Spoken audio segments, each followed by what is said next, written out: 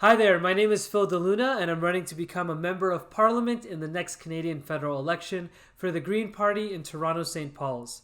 Today I'm going to talk about one of my most favorite things about campaigning, which is going to community events. And specifically, today we're visiting the Afro-Caribbean Farmers Market.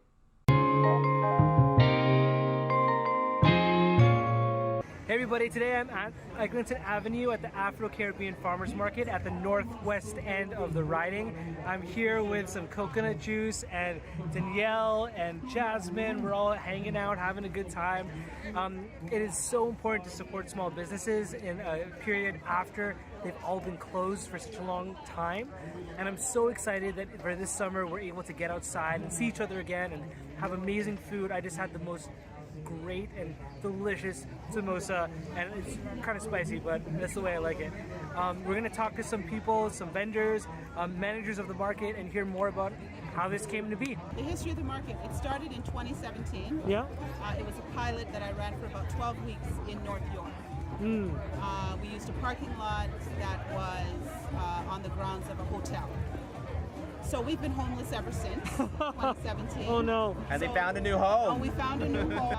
I kind of approached them 2 times before. It just wasn't the right time. Yeah. Now it's the right time under the right leadership, and so here we are. Amazing. And Amazing. we're here every Sunday, 11 to 3 at 1531 Eglinton Avenue West. What can the government do to help support this amazing market here? We would love to help subsidize the space for the vendors, number one, our market purveyors. We don't really like to call them vendors, we like to call them market purveyors. So if we have that opportunity to help compensate them a little bit, that's one way we can. What else do you think? Well, there's farmers markets across the city and across the country, right? And they're sort of like the bedrock when bringing communities together. So more direct support to operate a farmers market, I think, would really, really great.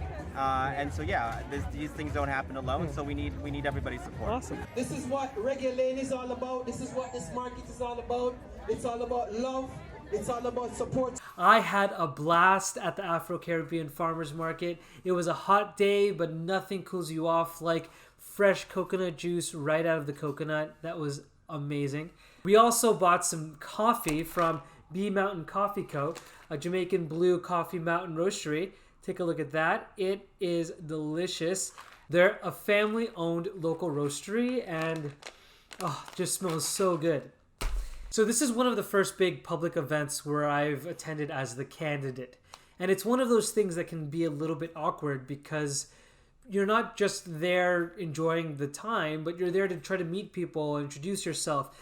Of course, I had a lot of these things, business cards, and I would try to have a conversation, interact.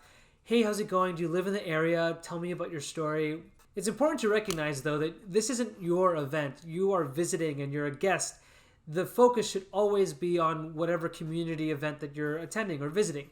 This one specifically, the Afro-Caribbean Farmers Market, it's located in a part of the city called Little Jamaica, and on a strip of the city that has been undergoing a lot of construction due to a new light rail transit or a subway system. Because of that, the small businesses in the area have been hit hard.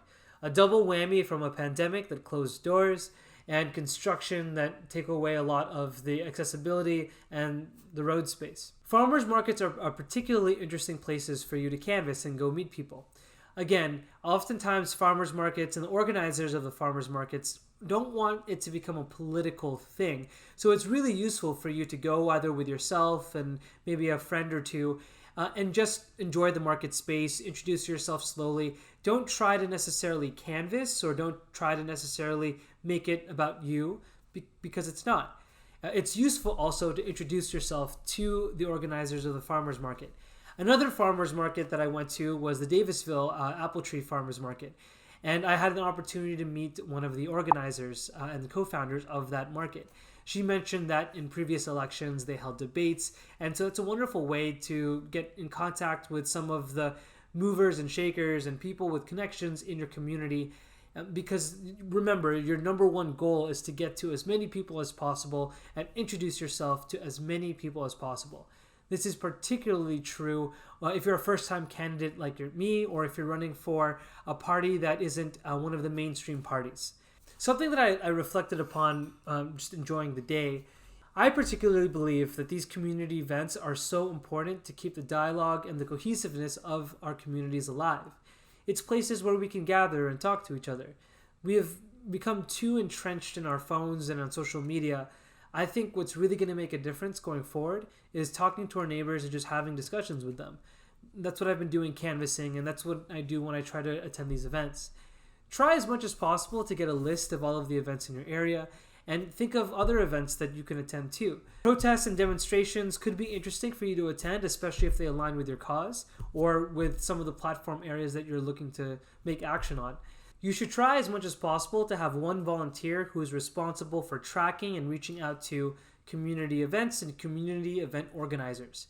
For our campaign, for example, we have a volunteer who is taking a list of all of the organizations within the riding, looking up things on Eventbrite and BlogTO and all these sorts of things just to make sure that we're on top of where these events are being held. That's all I have for today. If any of you have an event or know an event in the Toronto-St. Paul's area or are interested in having me attend an event, I will always try to prioritize and make time. This is the best part of running an election campaign, is going to events that are fun and interesting and where you get to meet so many of your neighbors and just have conversations with them.